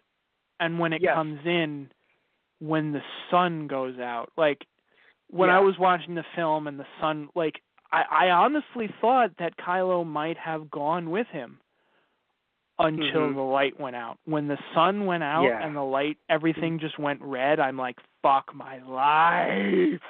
That's, I think, what I mean more. I'm talking about the red and the blue and more being focused on Kylo Ren than it was specifically on Han or the rest of them, because the rest of them worked just fine. It was when they started changing around with the colors it felt a little awkward, like, to me. I mean... But let's talk about... Yeah, I mean, you have to rewatch it, of course. Let's talk about the lightsaber battle at the end. Personally, I feel like it could have been better. But I think we were spoiled by seeing quote-unquote experts fight in episodes 2 and 3. Because look, all right, say what you want about 2 and being bad. Say what you want about them being bad, because we sure as hell will. But, man, did they have some really good lightsaber battles. Yes. I still love the lightsaber fight between Anakin and Obi-Wan in episode 3. They went all fucking out. So I think because we saw quote-unquote experts doing it, I think seeing episode 7 now with these, I mean, not that Kylo Ren is inexperienced because he has been training a little bit, but, obviously Finn and, and Rey haven't. There's a chance that this, in a way, is mimicking episode 4, and that, not that we didn't see experts fighting in Obi-Wan and Vader, but it was a lot more slower paced. It wasn't like, everything fucking, I would feel this battle would mimic more of episode 5 with Vader versus Luke. Okay, fair point, definitely. I just mean more so that it wasn't as, because I mean, it didn't have, like, I don't know, because I look at episode 4 in terms of it being low energy. Right. But I would argue that I wouldn't agree with low energy. I mean, when I say, I mean, you're right. I mean low technique in a way, not getting you as pumped. Okay. Technically episode 4 had technique. Yeah, I can see why you would say that. Because I didn't look at the end lightsaber battle, and I was like, yeah, this is, I was more like, oops, whoops. Like, there's a lot of whoops. It's like, oops, whoop. I looked at the ending fight. Like, I know there was one bit that I saw, they were describing that fight, and the word they used, it was more primal. Yes. And I think they used that word in the sense of it was more fighting on instinct for Finn and Rey, whereas Kylo has the training. Like, as much as I hate Kylo for killing Han and all of that. He is a good fucking duelist. I will give him that. He's a good damn duelist. And the fact that he was God damn it. I could see him playing Seto Kaiba, can't you? The fact that it takes basically 4 4 cuts, one on each limb, be it shoulder or thigh, and a body shot from Chewie's bowcaster to even weaken him, like, I can't argue against. Kylo Ren is powerful. Very and the much, fact definitely so. that he uses, that's what his training does for him. He uses that pain that, I mean, it's weird. I will say that Chewie shooting him in the side might have made the battle worse for Finn and Rey because he was able to focus. Right, exactly. He's able to focus his anger on that pain, and the pain that he's physically feeling is what he can focus his energy around that pain, use it to fuel his anger and make him even more deadly. That's what a Sith does. Exactly. But also at the same time, if he still has some light inside of him, then it's interesting. Though the one thing I have to say is not enough light to try and force, get the lightsaber into his hand. Because it was interesting how when he was trying to call it, Rey is the one who got it. Yes. So that's also interesting to think about. I mean, you even saw Rey earlier on with, in her confrontation with keeping Kylo from reading her mind too. She's very powerful as well. She's not trained she's not trained yet, but she's definitely powerful. Yeah. And I feel the thing that I wanted to say earlier about Kylo was the fact that taking off the mask earlier shows that he's human, and that it later shows his descent after he kills Han, because, like, I had the same reaction. When he first took off the face, I'm like, this is the fucking Sith Lord? Are you shitting me? Not that bad. I think it was just too early to do it. Well, like, that's what it felt like for me. Like, when, before, when he had the mask on, I'm like, all right, yeah, I can take him seriously as the bad guy. When he took it off, I was like, bro, are you shitting me? I can't take you seriously now. You got to be kidding me. But later on, after he's killed Han and you see his face, you can see that he, that is his moment of turning. His face is contorted. Just his expression and the lighting even, he's different. Yes. He is different after that moment, and you really see it. So, I want to mention something that I think we've mentioned before, but not too much, at least in our other Star Wars film universe podcasts. I want to say that in this film, I like how, in my opinion, right, Asian style in this film was limited in a way that didn't seem like cultural appropriation. So what I mean by that is the idea that Padme having that style of, like a little bit like an older, like Asian aristocracy, but of course not being Asian. Yeah, it not was. saying that Padme it was, needed to be Asian. Her but costumes still, were based off of Chinese imperial courts.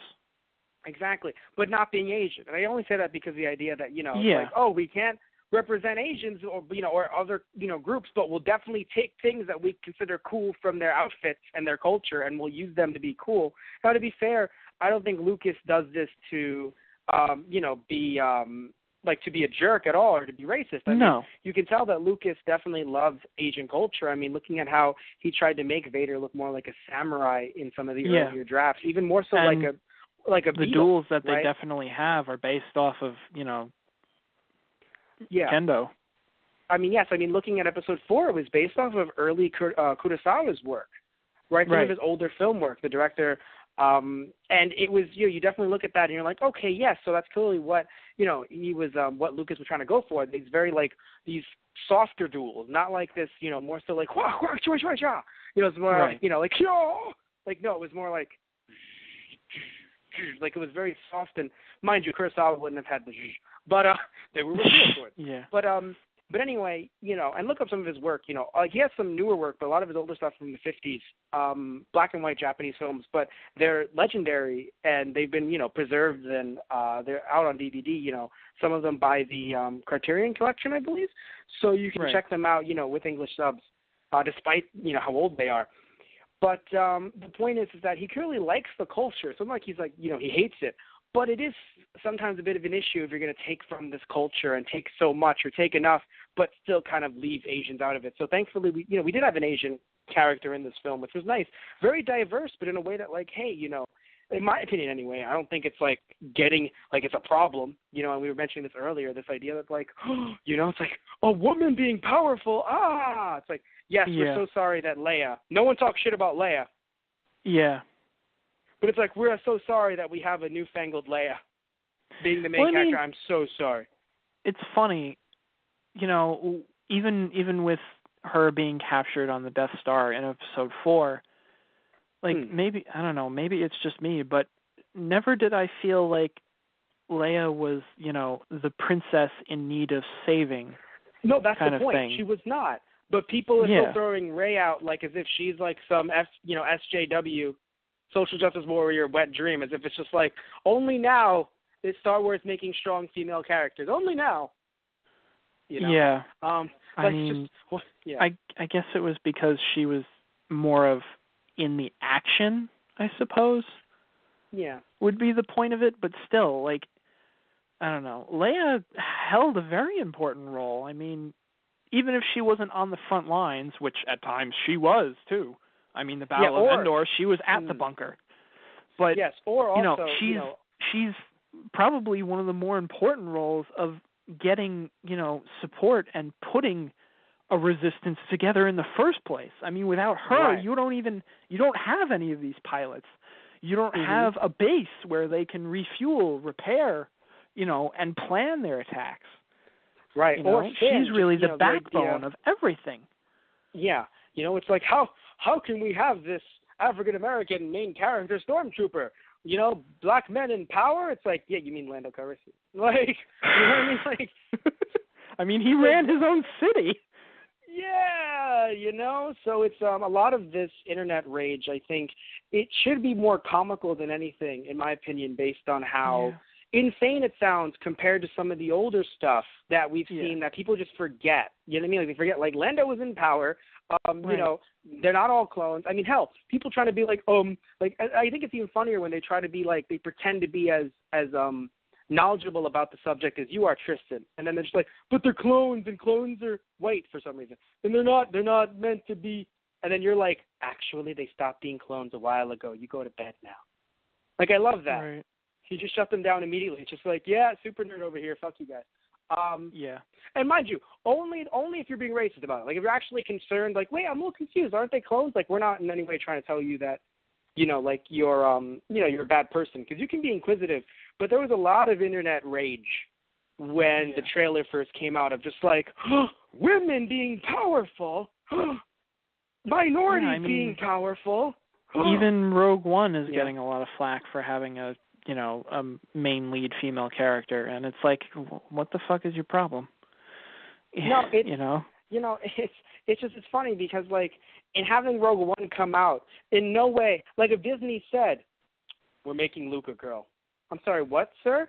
We're actually going to edit 4, 5, and 6 with a new female cast member, and we're also going to destroy, all of the original masters, and also, never leave your house to go to work. We're going to take your DVD and we're going to replace it with our own. Oh, God. But you can't do it with my VHS tapes, said the person who didn't realize Disney's power. You know? So, literally, you come home and you put in your VHS tape, and it's the same exact everything. There's not even updated special effects, by the way. They actually made sure that your VHS tape from 1993 has all of the same sound mixing and all of the same special effects mixing. It has not been George Lucas, right? It's the 1993 version that you had with whatever updates it had at the time, except that Luke is now a woman. The only fucking difference. And it's, by the way, same VHS quality. Literally, all the little tiny the static, right, that you have, the little static, and also the what's it called, the imperfections where, like, the tape kind of warbles with the fucking, like, the white line. That's still there with the exact way that you had your original tape. None of that changed. That's still just your tape, except that Luke is a woman. See, for the longest time, I thought you were going to say, because everything's exactly the same, except Luke's hair is a bit longer. No, Luke's a lady. And by the way, why is Luke, and again, because of some of you that are like, oh God, Luke is a woman, that changes everything. Just for you, Disney puts in every line as, I'm Luke Skywalker, who's also a woman. That's pretty much every line, come on, 12 parsecs, I'm also a woman. Like, literally, that's every single fucking line. Because, like, no one's fucking doing that is the point of all this insanity that I'm going on with, and I'm ranting. No one's fucking, you still have your original movies. It's funny. There was actually, there's actually an instance that's kind of like this, and it is with Luke's character. What? Yeah, at one point. I'm so confused. Well, they not going back and editing the other films, but there was a question about Luke's sexuality. Like, I think it was at a con, and somebody asked a question about, how do you see Luke's, orientation? It was to Hamill, and right? Mark Hamill, Mark Hamill goes, it's however you see it as. So, yeah. People, are like flipping out and like, oh, Luke Skywalker's not gay, this is bullshit. It's like, and I think there were even people that were like, yeah, he's not gay, he kissed his sister. It's like, are you fucking kidding me right now? That's literally the amount. Just I make sure that he's not gay every day. Exactly. What the fuck? It was just like, are you fucking kidding me right now? Yeah. I mean, I didn't actually see that for myself, but I will bet you anything that at least somebody made that as an excuse. Yeah. And, no. it's like, okay, yeah, so it's maybe that kind of thing is not addressed directly in the films. That's fine. You know, if you want to look at your hero the way you want to look at them, you know, go ahead. You know, I mean, shipping exists for a reason. It's a story for everyone, you know? Yeah. If you want to think Luke Skywalker's gay, sure. You know, if that's what Luke is to you, then okay. What I think it is it's, you know, people thinking that if we didn't have Rey in the film, we would have had another white dude. And if we didn't have Finn, we would have another white dude. It's like, well, we're not taking away jobs from white actors. You know what I mean? Like, you're giving, hell, they're still British actors. I believe Finn is British, right? Yeah. Yes, he is. You still gave a role to a British actor. He just happened to be African American. Right. Like, the only difference. Yeah. You know? There was even backlash on Rey about how, you know, her body type. Earlier, yes. Yeah. Oh, her body like, type being too skinny? Yeah, something like that. Like, real women have curves and bullshit like this. And it's like, well, no, she lives in a fucking desert. That was my reaction. Now let me explain that. No. Because let me. She's. You're right. You know, you're right. Yeah. She's muscular. She's you know, lean. People who live in hot environments are lean. That's biology. So you know what? No, yeah. Because because believe me, you know, you and I definitely are pro showing, you know, real women body types. I mean, looking at, I don't know if you've seen Steven Universe, but I love how they have a diversity in body types in Steven Universe, where Rey would be more like Pearl's type, which again, very tall, skinny. I mean, I'm sure you've seen some art of it, even though I don't think you watched Steven Universe. But I know what character you're talking about, though. Yeah. Oh, okay, great. But the point is that, you know, according to the environment, that just makes more sense. Now, if she was aristocracy, maybe a little bit heavier, right? I think it makes sense. You know, she'd be able to eat. She'd be in nicer environments, you know, like but having to be like, now granted, you can be heavy and muscular, right? You can be. But just talking about the environment of you're sweating everything away. Yeah. You're literally going to, also the fact that she's going to be eating a lot. You saw how much she ate every day based on how much she ate. Didn't make a lot. Exactly. Didn't eat a lot. Yeah, Always it was enough. It was enough to keep her alive. That's really it. Yeah. So in a way, you could say she did not have, like, she could have had better nutrition. So in a way, it's good that she was that skinny. But again, people judging. Right. It mostly was, in my opinion, people judging before the movie comes out on both sides. People who want positive body models, right? Because again, it is, you know, heavier women are better role, like, you know, positive. But hell, I would argue just having Carrie Fisher in the movie is good to show, like, hey, this is how women age. You know, she's like, no one's saying like you need to lose every piece of, you know, fat on you. Yeah. You need to look like you did when you were 30, I heard years some ago. bad things about, you know, about Carrie Fisher and Mark Hamill, about how people are like, oh, well, you know, they're so out of shape now. It's like, or people saying that Carrie Fisher looked terrible. It's like, people age. And you know what? No, she doesn't look terrible. Go fuck yourself. First off, she doesn't look terrible. She did abuse drugs, though. So I mean, if they're coming at it from that angle, but like to actually be like, she looks terrible, but she got older. People get older for fuck's sake. Right, exactly. Yeah. Though Han Solo looks very fucking. Harrison Ford looks very fucking spry. Yeah, for his age as, you know, Harrison Ford. I don't know when he hurt his leg though, because I don't know if you know this. At one point, he got injured on set, and he was a company. Yeah, and he's currently suing whatever company worked with Disney as like prop company or whatever the fuck it is. Shit. Well, because I mean, like, he broke his leg, and I don't want to be the kind of guy that's like at this age, but he broke his leg on set due to, I think, a faulty whatever it was set up. Like, that's a problem. Oh, damn. You know, I mean, yeah. But anyway, so and mind you, I believe J.J. Abrams and other people had to help lift it off of him, whatever fell on him. It wasn't just like it was a nice little thing, like, whatever was, like, it wasn't like a little, like, you know, something fell and it was like, oh no, we have to quickly just throw it off. You know, it was a twig. Right. It was simply a little, no, I believe it was something large, like a pillar or some kind of metal, like, pipe or something that was large enough that it was like, we got to get a couple people here to pick this thing up. Yeah. So anyway. Damn. Okay. Right. Yeah. But like I was saying, jumping back to more cultural appropriation, right? What Asian, quote-unquote Asian things were? Well, just having her with her bow, her style of outfit, having the way Luke dressed. I think very few things that was like, oh, these are different cultures that are being taken for, but not to the point where it's just again like Padme's outfit or I can't think of anything else right now. But there was a lot of stuff I think in the first 3 films. Episodes 1, 2, and 3 rather, that felt like Lucas just had a field day with like Asian everywhere, but no actual Asians though. Please, no Asian. Like, it was kind of, like, granted, again, I don't think he did it on purpose, but it came off as like, ooh, like giving people certain types of dress and wardrobes that are very much like, in my opinion, Asian centered, and not having Asians. It was like, yeah. I mean, he did that with the Jedi outfits as well. The underclothes were more of samurai origin, and then the cloaks over were, right. Underneath was a gi, and then over was the, like a cloak, like you would see in more of a European monk, and it was kind of a fusion of those two, wardrobes. Yes. So anyway, so that's our end talk on racism and cultural appropriation. We're not saying Lucas is trying to do it on purpose and be evil, and if you're just asking questions like, oh, why African American? Why woman? Like you're asking questions like, as long as you're being really nice about it, we can respond to you nicely. But if you're just sitting there like, it's a travesty, women, African Americans, it's just like my older Star Wars, but I won't acknowledge that it is, then you're an asshole. Potentially racist, potentially misogynistic, and we're going to call you out on it.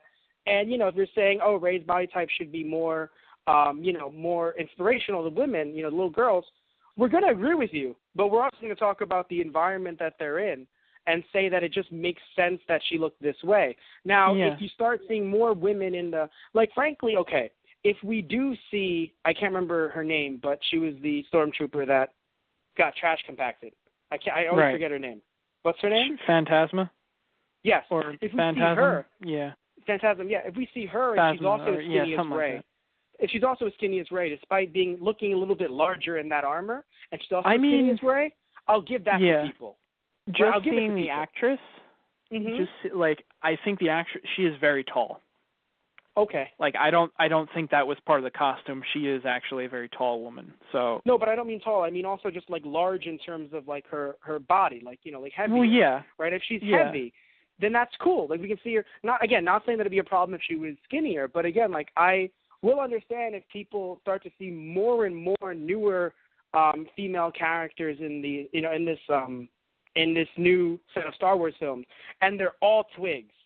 I can understand this idea of, oh, it would be nice if we had some more, body positive, a little bit heavier, people in the universe, right? Because, again, we see heavy guys, right? We've seen heavy guys in a few of the different Star Wars, not main characters, but we've seen pilots that have been pretty heavy and they've been dudes. Don't understand, we should definitely see some more women like that in the future. Right. Again, as long as it makes sense to the, to the setting that they're in. Yes. Yeah. By the way, while it was great to see Luke at the end, takes off the hood, reveals that it's Luke, wouldn't you have lost your shit if that was Qui-Gon?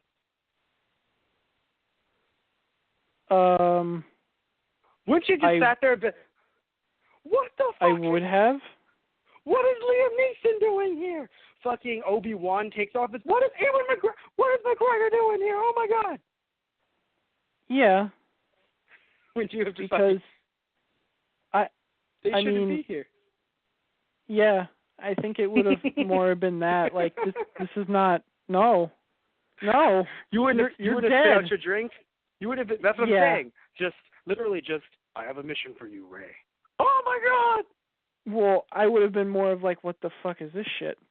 And then the movie ends right there. Like, you're dead. If you're not in Force Ghost form right now, I am gonna be pissed. Well, you wouldn't find out until 2 years from then. That's if it had true. happened. Oh, God. So here's something that I noticed, and I want you to really watch the last scene again because I feel like you don't remember this. If you do, that's great. They used the toy lightsaber for the last scene with Rey and Luke, and that's not a problem because, again, talking about Super Sentai and Kamen Rider and Ultraman, they'll use toys all the time, right? Yeah. The problem is that using a toy here in the way that they used it with the camera angle, maybe it's just me, but when I saw the inside of the lightsaber, you saw the toy base where when you push the button, the lightsaber pops out. Huh. Do you see what I mean by that? Like when you look inside your lightsaber right now, Tristan, first off, don't push the button. You're going to hit yourself in the eye. Oh, God. Damn it, Tristan. I just told you. Second thing you notice when you recover your vision is that, and you put the thing back in, but don't hit the button again, Tristan. What you're going to see is you're actually going to see that at the base there's that little, like, you know, like a circle where, like, it's going to, like, you know, it's ready to shoot out. Right. That circle was in the movie, in the lightsaber. Again, unless maybe I'm wrong, and I apologize if I am, but looking at this Blu-ray version, you could tell that it was the inside of the toy. Like, it wasn't hollowed out at all. And in my head, it's like, again, some people might be like, but why shouldn't it be there? Because it's a lightsaber. It's coming. It's not. There's nothing tangible. Right. It's nothing in there. There should be nothing in there. It should be a void. And then I feel like that's out, probably going to be another Blu-ray thing, because I did not notice that in the films each time I've watched them after. Okay. Well, maybe you should be watching it, no offense, on a bigger screen, maybe, or like looking real. I mean, I've watched it on a bigger screen actually. Oh, okay. And I'll try and set to a screen cap. Probably the Blu-ray version too. Maybe. Now that I think about it. Again, you know, you can see a lot. You know, I mean, it's a lot clearer on Blu-ray, and again, that's both a blessing and a curse when it comes to movies like these. I'll show you a screen cap. That's what I'll do. I'll send you some over Facebook and see if that can. You know, you can kind of see what I see, or maybe again I'm wrong. But anyway, so we didn't end it. I thought they were gonna have an after credits scene. Sadly, they did not. So that was sad. Yeah. But oh well. I mean, you know what? It was a great movie, right? Yes. I know I mentioned a little stuff here and there, and you mentioned it as well. You know, what you did, what you didn't like, but it wasn't a bad movie. You know, I thought it was a fantastic movie. Yeah, a lot of people loved it at first, then came in some negative reviews, and it threw me off because, you know, I was a little thrown off, especially watching this now, and I'm like, sorry guys, I know, you know, I can understand why you maybe didn't like parts of it, but to say that the entire movie was bad or it wasn't good or it was, I don't really, no, I mean, I don't see it. I know that I like and you like certain things that other people didn't like, not in terms of racism or whatever, that, in terms of like copying episode 4. Yeah. No, because we're talking about the whole copying episode 4 thing. Like, I understand, you know, like, some people might dislike that. But other than that, and again, the stuff you mentioned earlier, I don't see it why, really, you know. It really sort of hit me as, like, of course there's going to be a lot of parallels. Like, you can even see it in the title, The Force Awakens. You know, it's a new calling. It's a new hope. You know, there's a new Jedi coming along who is finding her place in the galaxy. You know, there's a good force trying to, you know, stop against, you know, a larger evil force. You know, there's going to be a lot of parallels. And I really started to realize that's a lot of what makes Star Wars Star Wars. Like, if they didn't have those large connections to the original series, it wouldn't be Star Wars. And if they tried to go in a different angle with it, people would have been pissed off about that too. Yeah. So you know all right. So then, it does not. Sometimes it's very hard to please people. So anyway, I thought J.J. Abrams did an amazing job with it. I really did. Definitely. And I think a lot of people agreed. I mean, you know, the budget being $306 million and the box office returns, I believe this is worldwide, being something along the lines of $2.066 billion. Being the highest grossing film ever. Ever. And I say this, and the reason why I say this is because of the fact that, you know, look at Batman versus Superman, right? It's still a very high grossing film, and it did very well in the week that it was out. But a couple days after, right, the first week, once that Monday hit and once the next week hit, it dropped off to such record lows that those record lows haven't been seen since Wolverine Origins. Holy shit. Yes. Oh, God.